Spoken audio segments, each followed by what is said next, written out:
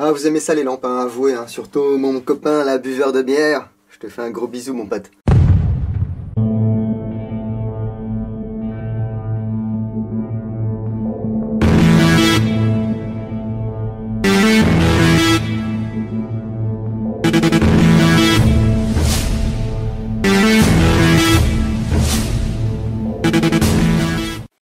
Donc aujourd'hui on va parler de deux lampes de chez LED-Wave, la Z1 Commando et la XP1R Trooper. Vous vous souvenez, il y a quelques semaines j'avais testé la Power Zoom Green, donc motorisée, hein. C'était quelque chose d'assez cher, hein. C'était plus de 200 €, destiné surtout à une population de chasseurs on va dire, hein. Là on va pouvoir combler la brèche en fait avec deux lampes à deux prix différents, avec des caractéristiques différentes. Je sais qu'il y a pas mal de joueurs qui utilisent ce genre de lampe là.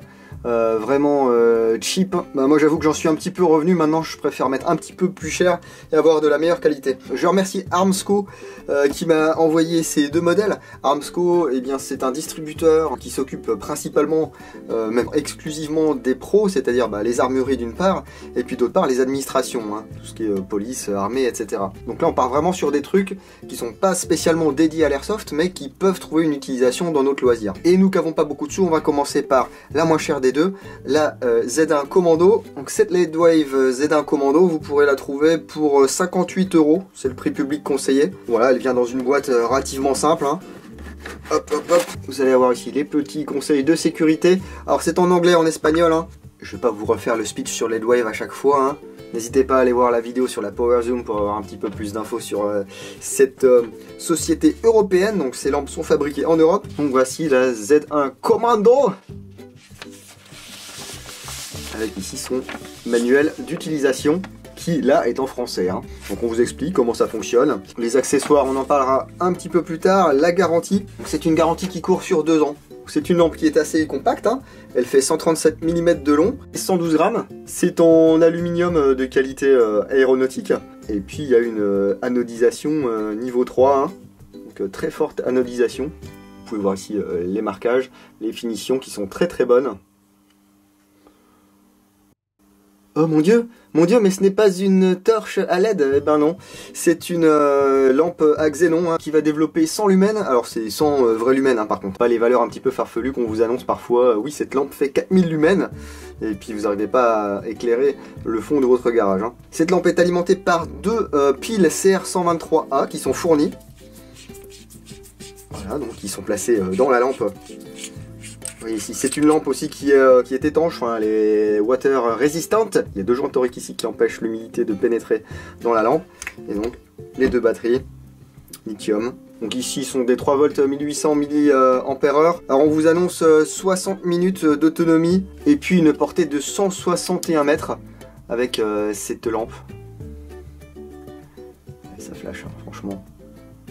Ouais. Enfin, ça fait longtemps moi que j'ai arrêté de me fier aux valeurs de lumens données, hein. Je préfère prendre la lampe torche et puis aller dehors et voir jusqu'où ça éclaire, plutôt que de me dire oh là là, ça fait 800 lumens, je suis trop content, et puis au final être un petit peu déçu.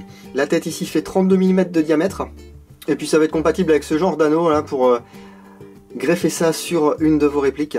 On va aller voir dehors ce que ça donne, hein.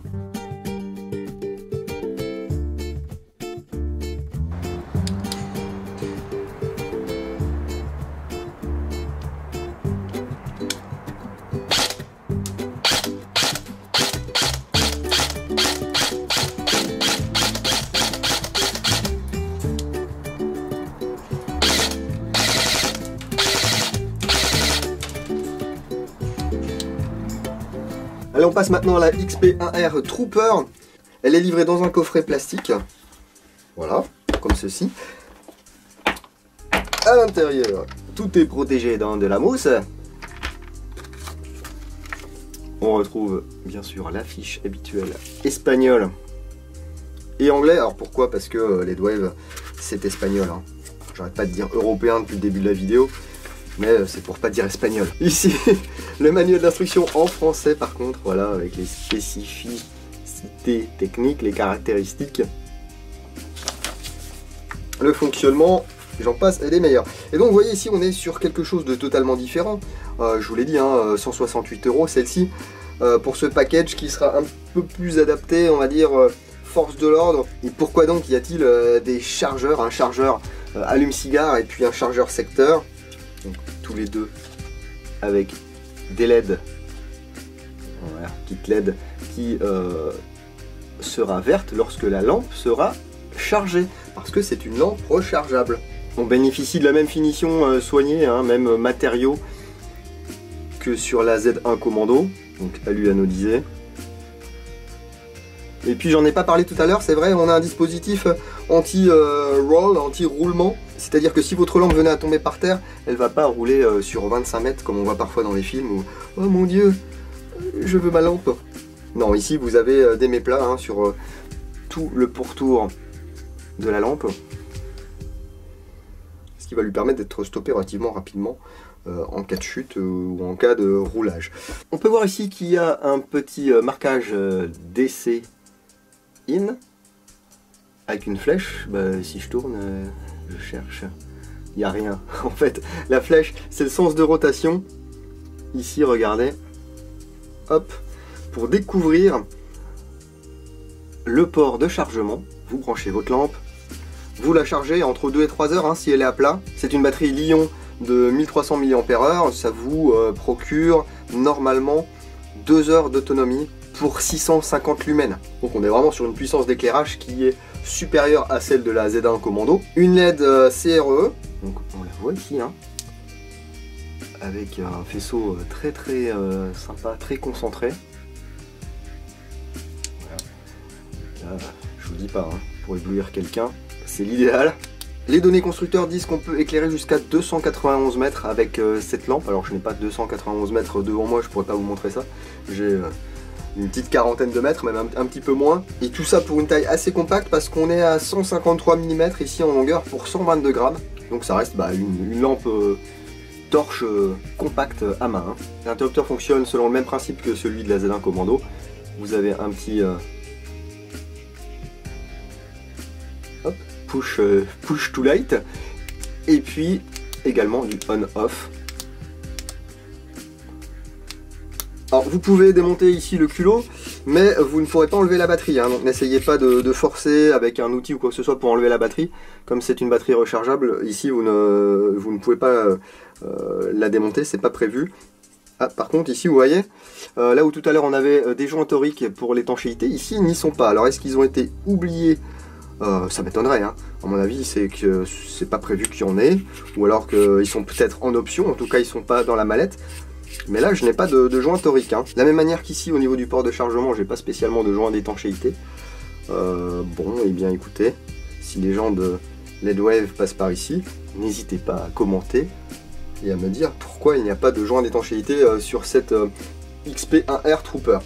Bien sûr, vous pouvez mettre ici un anneau d'attache pour fixer ça sur une réplique. D'ailleurs, je vais mettre ça sur une AK et puis on va aller voir dehors ce que ça donne.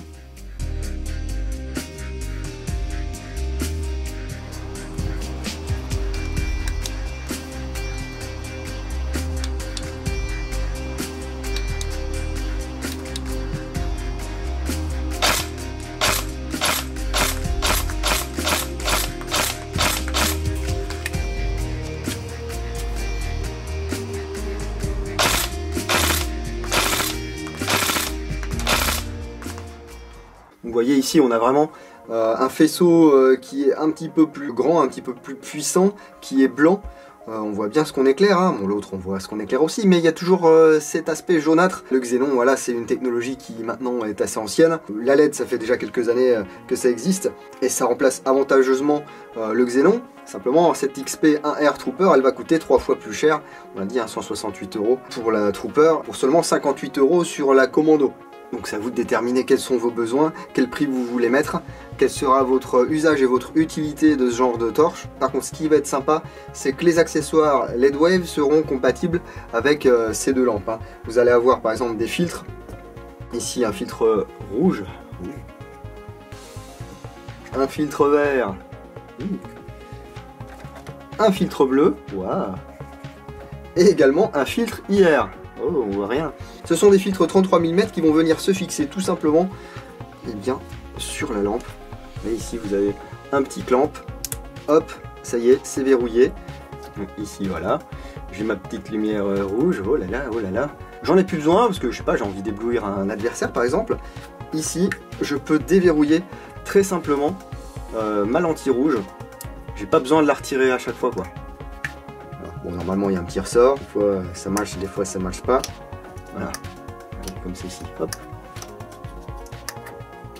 Et puis il y a également un switch déporté qui peut remplacer selon vos usages et bien le switch normal.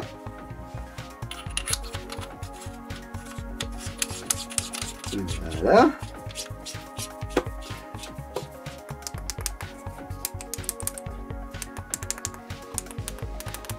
Je peux faire du flash. Hein. Hop. Bon, par contre, il n'y a pas de on-off cette fois-ci. Hein, c'est vraiment vous appuyez, ça éclaire. Ce switch il est livré avec du velcro, un morceau mâle, un morceau femelle. Donc ça vous permet de fixer eh bien, votre switch déporté à votre réplique ou pourquoi pas à votre arme de service. Hein. Et puis forcément, si je peux mettre ça sur la commando, je peux mettre ça sur la trooper. Hop. Hop. Et voilà, une belle lumière bleue style les experts pour chercher du sang et des matières bizarres. D'ailleurs, j'espère qu'on va pas avoir des traces un petit peu louches ici sur mon tapis, ça m'embêterait. Oh là là. Bon, à part du gras, ça va, il n'y a pas grand chose. Et donc, même principe. Voilà, ici, je peux déverrouiller quand je veux mon filtre. Et si vous faites partie des forces de l'ordre, ou je sais pas si vous êtes parker sur un aérodrome, on ne sait jamais, et que vos baguettes lumineuses tombent en panne, vous allez pouvoir utiliser des cônes. Alors ça se fume pas les gars. Soit jaune, soit rouge, qui vont vous permettre de faire la signalisation ou de jouer à Star Wars. Hein. Jean-Luc, je suis ton père. Voilà, en rouge, hop, et en jaune. C'est beau. Bon, moi je préfère le rouge, c'est plus classe. Donc ça, par exemple, le matin, si vous avez des gens à faire rentrer quelque part et que vous devez les diriger, bah, plutôt que de faire ça à la main ou alors avec votre lampe comme ceci, un faisceau qui va aveugler les gens ou quoi, parce que bah, voilà, on va faire des gestes et puis ça peut aveugler les gens. Ici, eh bien, vous n'allez aveugler personne. Hein. Attention avec le filtre infrarouge, si vous êtes fan des lampes à LED, que vous voulez acheter une Trooper XP1R avec un filtre infrarouge, écoutez, l'efficacité est quasiment nulle avec le filtre infrarouge plus cette lampe à LED, alors que ça fonctionne très très bien avec le modèle à xénon. Donc là on va faire une petite expérience en live, ouais youpi. Il est beau ce mur, hein, il est beau. Il est beau mais il n'y a pas de lumière. Se balader avec une JVN c'est vraiment du bonheur. Sauf que parfois vous pouvez être dans des environnements, soit en OP ou soit dans votre vie professionnelle, votre occupation professionnelle, où il n'y a vraiment pas de lumière ou très très peu de lumière, vous n'avez pas envie d'allumer cette LED hier, voilà, qu'on voit à 10 bornes. Alors elle est bien, mais on la voit à 10 bornes. Donc si c'est pour se faire plomber le cul, c'est pas la peine. Ça fait peur, hein. Tellement peur qu'en fait j'ai perdu ma JVN et comme j'ai eu le filtre hier, je ne vois absolument rien. Heureusement j'ai ma lampe boîte de nuit, ça permet de voir un petit peu les filtres. Ici c'est très classe, hein. Donc, filtre bleu, filtre rouge, voilà. Et filtre bleu. Ah, c'est pas le bon. Bah oui, il fait nuit, je vous le dis les gars, je vois pas ce que je fais. Donc ici, filtre vert. Oh, c'est mon préféré celui-là, j'adore le vert. Oh, c'est génial, c'est beau. C'est beau, hein, c'est beau. Tout ça pour dire que, ah là je vois très bien ce qui se passe. Je vais essayer de régler déjà le focus sur cette JVN. Voilà, histoire que vous puissiez voir à peu près clair. Alors si c'est un peu flou, je suis désolé. Hein. On a un peu tous nos sensibilités Dieu. Ici, je vais éclairer, illuminer le tableau afin tout simplement de pouvoir voilà, vous faire voir ce qui se passe. Et là, j'éteins. Donc j'ai mon filtrière ici, voilà. J'éclaire comme en plein jour. Hein. Et je suis pas trahi par ma LED.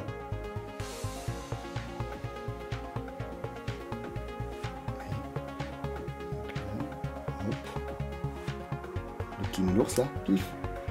Ben là je le vois pas, il n'y a pas de lumière. Et là je le vois parce que je l'éclaire. Et là regardez, je me mets en face de la caméra. Là je suis vraiment pas très loin de la caméra. Vous voyez, on voit quasiment rien.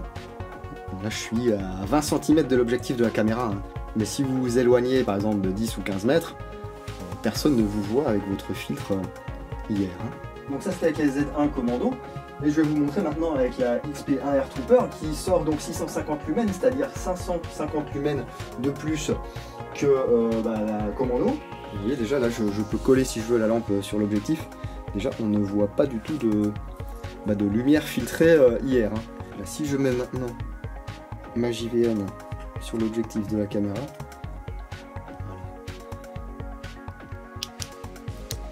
là on va vraiment pas éclairer très très loin et pas très très fort.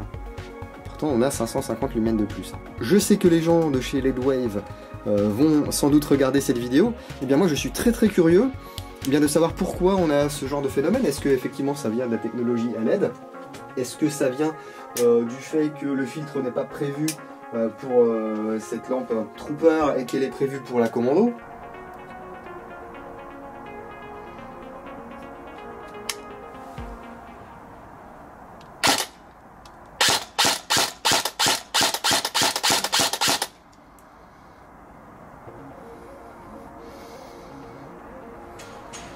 Bon bah voilà, j'en ai terminé avec ces lampes LEDwave, la Z1 Commando et la XP1R Trooper de chez LEDwave. Donc ça c'est Made in Europe les gars, distribué par Armsco. Comme je vous le disais, après la Power Zoom, je voulais vous faire voir qu'on pouvait trouver des lampes de qualité à pas trop cher. Perso, pendant des années, j'ai acheté vraiment des lampes hyper cheapos. Souvent, j'en ai été assez déçu. Alors que si j'avais économisé 1 ou 2 mois en plus, j'aurais pu me payer une lampe, certes un petit peu plus chère, mais de bien meilleure qualité. N'hésitez pas à me dire ce que vous pensez de ces lampes. Si vous possédez des lampes LEDwave, n'hésitez pas non plus à réagir, dire si vous en êtes content, depuis combien de temps vous les avez, et puis si ça a tenu le coup, ou si vous avez eu des soucis particuliers, si vous avez eu besoin de faire appel au SAV, et puis si ça s'est bien passé ou pas. Ça pourra servir à ceux qui sont indécis, et puis qui savent pas trop, voilà, est-ce que j'achète une lampe à 10, 12 euros ou 30 euros, ou est-ce que je casse le code EVI pour acheter une Z1 Commando à 58 euros ou une XP1R à 168 quoi. Moi j'ai pas d'intérêt particulier à vous vendre du LEDwave. Si dans vos commentaires vous me dites voilà, moi j'ai une lampe LEDwave, elle a duré 15 jours, et puis il n'y a jamais eu de SAV, et puis ils m'ont envoyé balader. Bien n'hésitez pas, tant que vos commentaires restent corrects et respectueux, vous êtes les bienvenus dans l'antre les gars. Si vous avez aimé cette vidéo, n'hésitez pas à lâcher un petit pouce. Si vous n'avez pas aimé, un petit pouce vers le bas, voilà, il y a l'option, donc servez-vous-en si ça vous plaît. Le meilleur moyen de ne pas louper de vidéos, c'est soit de cliquer sur la petite cloche là en bas, ou encore plus simple, si vous n'avez pas envie d'être saoulé par des emails de notification tous les 4 matins, rejoignez-moi sur la page Facebook, voilà, si vous avez un compte Facebook, bien sûr. Moi je vais remballer tout ça, et puis je vous dis à bientôt dans l'entre du dingo. Bisous.